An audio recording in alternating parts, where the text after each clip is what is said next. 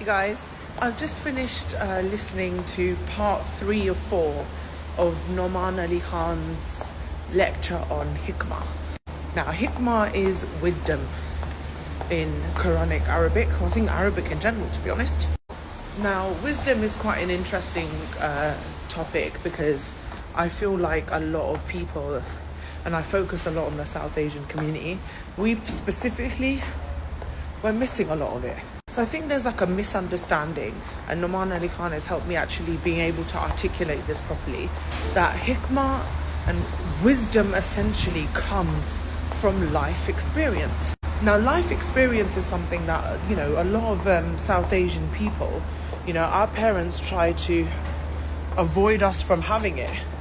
They completely restrict us. Don't do this, don't do that, don't do this. This is going to be a mistake, that's going to be a mistake, this is going to fail, etc., etc. Like, they put the fear of the world inside of you to make moves outside of what's acceptable to them.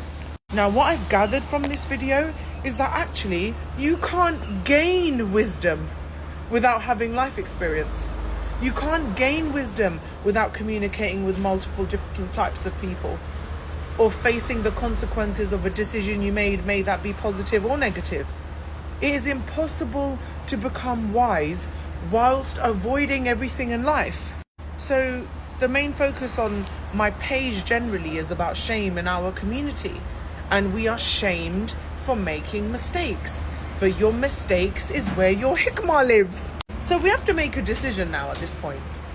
Am I gonna take elders' advice to a point where I don't live my own life?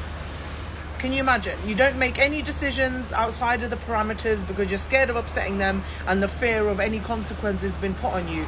But without that experience, how are you going to have the wisdom to make sure you can avoid that again or better yourself for the future? So guys, there's not me saying run out there and make every single mistake possible. If you watch that lecture by Noman Ali Khan, and if you put Noman Ali Khan hikmah in YouTube, it will come. It's a 4-part lecture.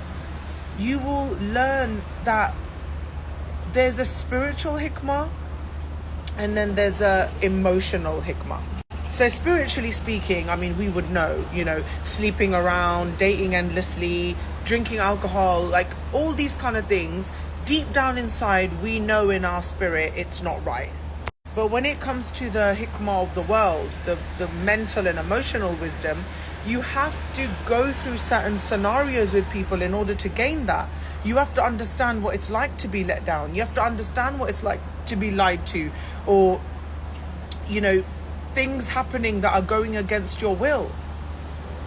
Like, life turning completely against me and against my wishes is what brought me to Deen, and what humbled me, and how it allows me to communicate with other people. It's actually taught me so much about myself, about my own reactions, and about how I want to respond to other people in this world. So guys, wisdom isn't free. Wisdom is a consequence of experiences. So we need to stop, we need to remove this fear of any step taken outside the parameters is gonna, mess with someone, emotionally or mentally. That's manipulation. That's gaslighting. That's being held hostage by somebody else's feelings. Like, don't do this or don't do that because I said it's going to be bad for you, or I'm going to be upset if you do it. Well, I would say to that person, if my heart and soul is telling me that I should go down this route, whether the consequence be good, bad, or ugly, that is something for me to learn from. And if you truly love me and respect me, you will allow me to live my journey on planet Earth. The people with the most wisdom have been treated the worst on this planet. Just take our prophets, for example.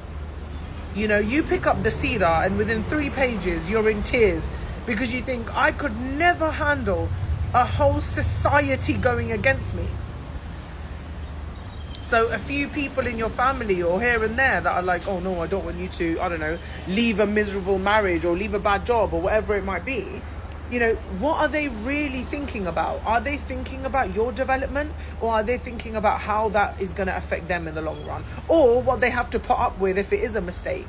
Because people that love you, They will never shun you or tell you I told you so if khuda na khasta something really terrible does happen. But I'm telling you one thing, all the terrible moments in my life, they brought me to Allah subhanahu wa ta'ala.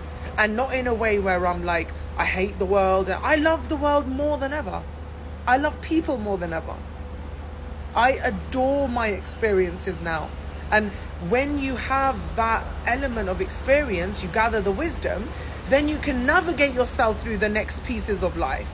You won't necessarily know all the answers, but you would have had a catalogue of things that have happened to allow you to pave your way to a result, or to understand that even if it does turn out badly, there is more hikmah in it for me. So guys, stop being scared of having experiences. Stop being scared of disappointing people, because that is a part of life. And if you do something and you later learn to regret it, you still get hikmah. And you get even more ajr for fixing that particular scenario. How beautiful is our deen? Unfortunately, there's a lot of cultural overlap, and they manipulate us to think we shouldn't even step one step out of the family quarters, otherwise we're letting everybody down. But Allah subhanahu wa ta'ala has a completely different angle on that. Use your wisdom, and you have to gain it through experiences to use it more. And you can help more people around you, and imagine the fruits you can give to your children, the bravery you can provide them, inshallah. Because you're like, you know what, beta, it doesn't matter, you go for it, you do what your soul thinks is right for you right now, and I'll be here for you regardless of the outcome. But we're not all blessed to have that level of support. The ones that are, they're the free souls on this earth, go around, travel, meet people, and stay within your parameters. There's certain boundaries you shouldn't cross, and you shouldn't cross them because they're for your own will. But otherwise, go out there, see people, talk to people, experience things. Go for that job you thought is, everybody else thinks, oh, but your soul is crying, like, I want to do that. There's certain parameters, of course, you have to live by. Otherwise, it's not wisdom, it's just frivolous behavior. But don't be scared to make mistakes. Don't be scared to, pick the wrong university, pick the wrong partner. Even Allah subhanahu wa ta'ala has concessions for our mistakes and that. But what you will learn will help you see the world in a much brighter, positive place, because you are more armed with the mental strength of wisdom to carry on. That's my little thing for today.